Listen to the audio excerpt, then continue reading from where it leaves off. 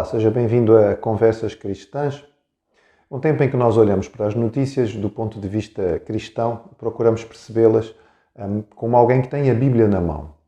Obrigado por estar a acompanhar-nos. Nós temos ouvido falar sobre o processo de impeachment, o segundo processo de impeachment contra o ex-presidente Donald Trump nos Estados Unidos da América. E vamos ser honestos, a mídia estava com saudades. Afinal de contas, é preciso falar mal de alguém. E quando não se está a falar mal do Trump, que é aquilo que se fez nos últimos 4 anos, acaba por se falar mal de quem os governos dos países não querem. Então, em vez de se falar mal daquilo que são as nossas autoridades, é melhor falar mal do outro. Então, a mídia estava realmente com uma grande saudade de poder falar mal de Donald Trump. E estas medidas que são realmente inéditas, nunca foi feito anteriormente. Há muitas discussões se isto é constitucional ou não, e é essencialmente um grande show, um grande espetáculo mediático.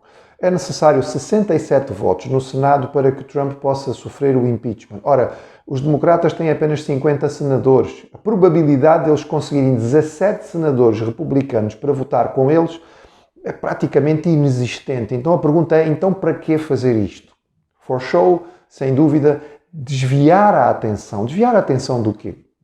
O presidente Joe Biden realmente tem sido um recordista. Ele começou a sua presidência de uma forma extraordinária. No seu primeiro dia, ele assinou 17 ordens executivas, ou seja, passando por cima de toda a democracia, passando por cima daquilo que é a Câmara de Representantes, passando por cima do Senado, ele simplesmente assina e assim tem que ser e ponto final, como se ele fosse um rei no país da democracia. Mas mais, no seu primeiro mês de mandato como presidente, ele assinou mais ordens executivas do que o presidente Roosevelt durante todo o seu mandato. E Roosevelt foi presidente durante uma época de guerra em que se justificava ordens executivas. E o que é que tem sido feito com tanta rapidez e tanta pressa por parte de Biden? Bem, simplesmente mudar tudo aquilo que existia antes. Alterar tudo aquilo que eram as políticas que tinham sido feitas pelo presidente anterior. Ele assinou, por exemplo, um decreto dizendo que durante 100 dias não ia haver deportações e houve grande celebração por causa disso.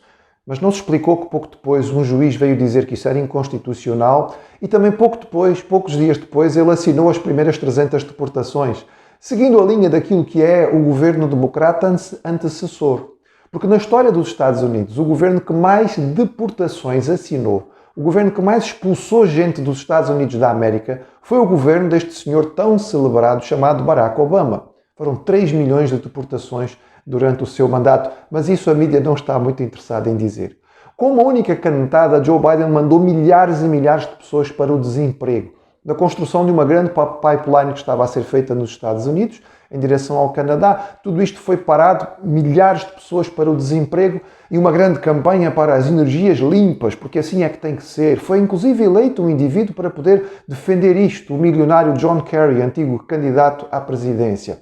E John Kerry realmente é um excelente exemplo para fazer isto. Ele viaja de um lado para o outro no seu jato particular, evidentemente movido a combustível fóssil, gastando e poluindo os ares para dizer às pessoas não usem gasolina porque isto é muito mau e nós temos que cortar conta de todas estas coisas. De facto, nós assistimos em poucos dias o regresso dos Estados Unidos ao financiamento da Organização Mundial de Saúde com toda a sua corrupção mais do que conhecida. Da Organização das Nações Unidas para os Direitos Humanos. Muito bem, voltamos a participar. Bem, dentro desta organização, neste momento, estão, por exemplo, países como Cuba, como Rússia, como Venezuela, e a presidência está entregue à China, que nós sabemos que é perita nos direitos humanos. A China está a eliminar a população uigur. Ela é conhecida mundialmente por não se preocupar em respeitar os direitos humanos, mas é muito importante voltar a esta organização. Voltou-se o financiamento de tudo aquilo que tem a ver com o movimento LGBT e tudo aquilo que tem a ver com o aborto.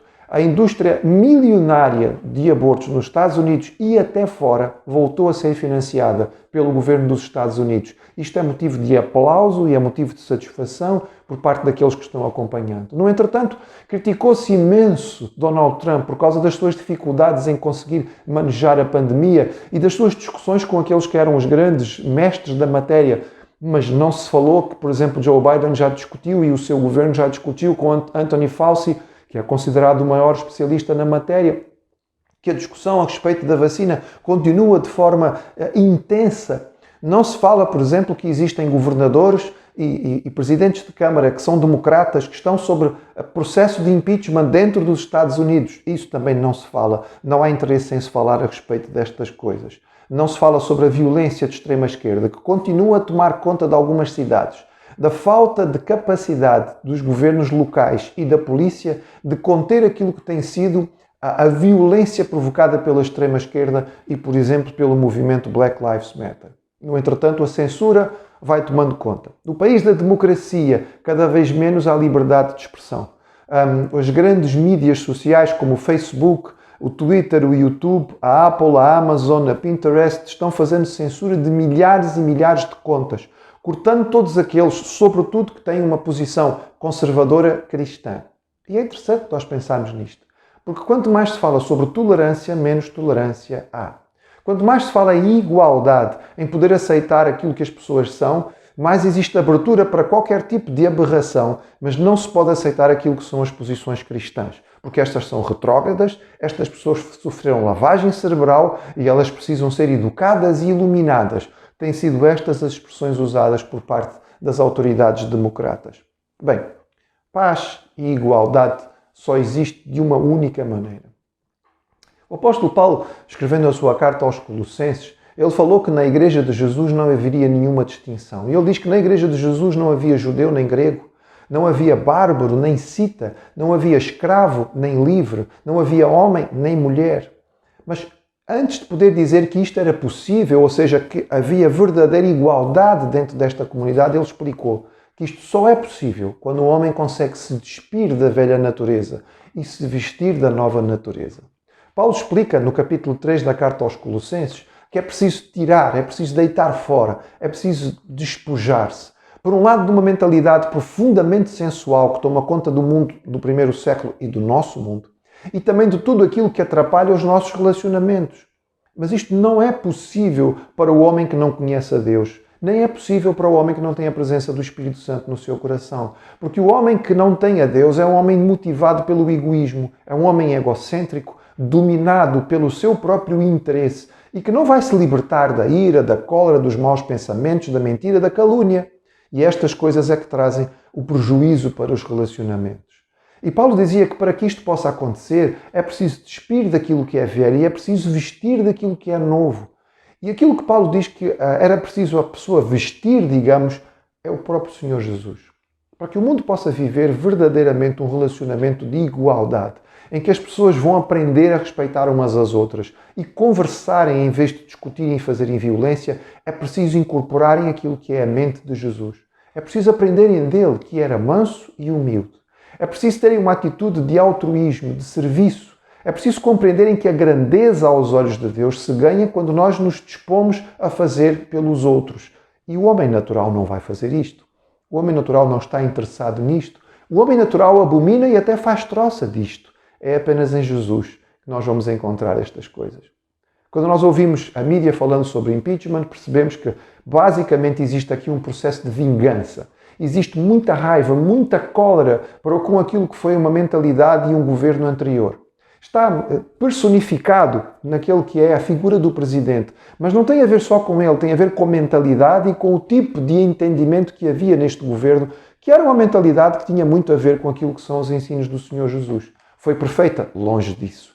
Era o ideal? Certamente não. Mas estava procurando, pelo menos, seguir aquilo que eram os princípios dados pelo padrão da cultura judaico-cristã. E agora é preciso destruir tudo isto o mais rápido possível. Colocar no ridículo e impedir, como nas monarquias antigas, quando o rei tomava o poder e eliminava todos os seus concorrentes. Vamos eliminar este indivíduo e impedir que ele possa concorrer novamente.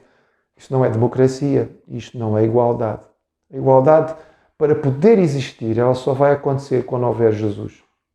Aquilo que o mundo precisa, aquilo que o mundo verdadeiramente precisa. O único caminho de solução, a única possibilidade de paz é Jesus. E a Igreja é responsável por dizer isto ao mundo, por anunciar isto ao mundo, mas também, e talvez sobretudo, por viver isto na realidade das suas comunidades, dando o exemplo de como é possível viver sem que haja barreiras, sem que haja distinções, com a verdadeira igualdade e a paz de Cristo.